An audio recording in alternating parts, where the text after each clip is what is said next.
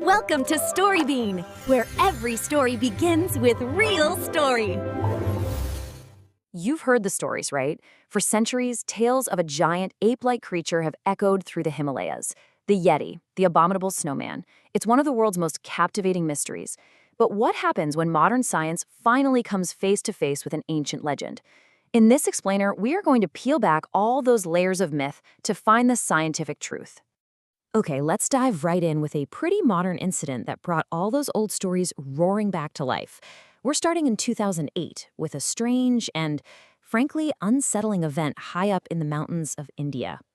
So picture this. We're in the super remote region of Arunachala Pradesh. A worker on this construction crew walks down to the local market. After he buys what he needs, he starts that long trek back up to camp before it gets dark. But hours go by, and he never shows up. He just vanishes into the mountain night. The next day, a local man finds him. But the scene is just bizarre. The worker is found sitting awkwardly beside the road. His phone and his money are right there, untouched, so it definitely wasn't a robbery. There are no claw marks, no signs of a fight. His neck was broken with a force that doctors later said was probably beyond what a human could do. With no logical explanation, the local community, whose stories about the Yeti go back thousands of years, they turned to a much older one. They were absolutely convinced they knew who or what was responsible. They blamed the Yeti. Locals claimed that this creature frequented this very area. According to their reports, police found a strange hair that didn't seem to match any known animal, and a big, unidentified footprint nearby. This one, single, terrifying incident just reignited all the old fears of a creature that has haunted the Himalayas for generations. But that 2008 story, that's just one recent chapter in a legend that stretches back for centuries. And the most compelling pieces of evidence? They've always been its footprints in the snow. The trail of this evidence is long and pretty fascinating. You've got the first modern report way back in 1832, then the famous coining of the name Abominable Snowman in 1921, which was actually a mistranslation by a journalist, and then two really explosive moments, that iconic 1950 photo and a viral tweet from the Indian Army on April 29, 2019. You see, that 1951 photograph, taken by a respected British mountaineer named Eric Shipton while he was scouting a new route up Everest, that was the spark that lit a global fire. It was published all over the world, and for so many people, it was undeniable proof that something unknown was out there. Now, what's really wild about this is the sheer scale. Shipton's photo showed a print that was 13 inches long, which is already huge, but the prints that the Indian Army tweeted, an absolutely massive 32 inches long and 15 wide. I mean, photos like these didn't just suggest a mystery. They created a global frenzy. So, after Shipton's photo dropped, the hunt was on. Seriously, explorers, adventurers, journalists from all over the world swarmed the Himalayas, all of them hoping to be the first to find this legendary beast. And listen, this wasn't some fringe activity. We're talking major expeditions, funded by big newspapers and wealthy thrill seekers. The search got so serious that by 1959, the US and Nepali governments actually created official rules for capturing a Yeti, partly because they thought it might be real. And you needed a 5,000 rupee permit to even try. So here's the crucial point. The search shifted from just footprints and stories to actual physical samples.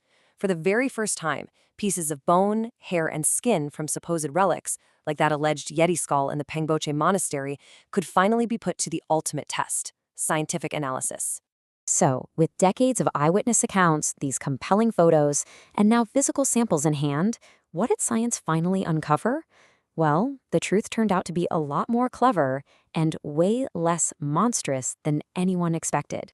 All right, let's go back to that iconic 1951 photograph. The piece of evidence that launched 1,000 expeditions and pretty much convinced the world the Yeti was real. Get this. It wasn't a single footprint at all. It's actually a brilliant illusion created by the way a Himalayan tree bear walks. It places its hind paw partially over the print left by its front paw. This overlapping action mashes the snow, completely erases the claw marks from the front print, and creates one single, long shape that looks eerily human-like. And this, right here, is a perfect illustration of how myths get made. The Royal Geographical Society actually had 2 photos from Shipton. The second one, which more clearly shows bear-like features, was never published by the media. The mysterious photo went viral. The one that offered a simple explanation was just ignored. A legend was born from a curated truth. Okay, now for the final nail in the coffin, the DNA evidence. This delivered the final verdict. A major study in 2017 analyzed 9 different Yeti samples from museums and private collections. The results? Totally conclusive. 8 of them were a perfect match for local bear species. 1 was from a dog. Not a single sample belonged to some unknown primate. And hey, remember that chilling story we started with? The one with the strange hair sample? Well, an investigation tracked down the doctor who tested it. And it wasn't hair at all. It was just a piece of a plant, or a leaf. The key piece of physical evidence for a Yeti attack was just a simple misidentification. So the science is pretty clear. The Yeti is a myth, born from a mix of bear tracks and powerful folklore. But that brings up a really interesting question. Why has this particular myth been so powerful for so long? Well, scientists think the ancient stories might have been inspired by a very real creature.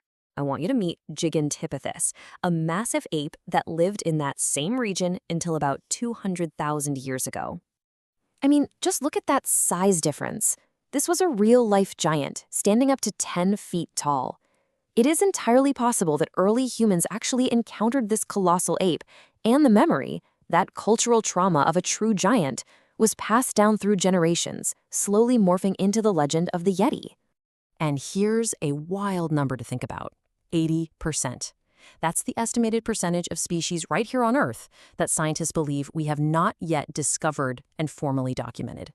So here's the real takeaway. We don't need to chase myths to find wonder. It's already all around us. The Himalayas are home to the very real and very endangered snow leopard. And just a few years ago, scientists found a completely new species of monkey in Myanmar, the Papa langur. Our world is already full of real, fantastic beasts. In the end, maybe the whole search for the Yeti teaches us a valuable lesson about ourselves. We chase the things we can't have, the mysteries just beyond our reach, and often we forget the real treasures right in front of us. It really leaves us with a question, doesn't it? What other real-world wonders are we overlooking while we're out searching for imaginary monsters? Thanks for watching Story Bean. See you in the next stories.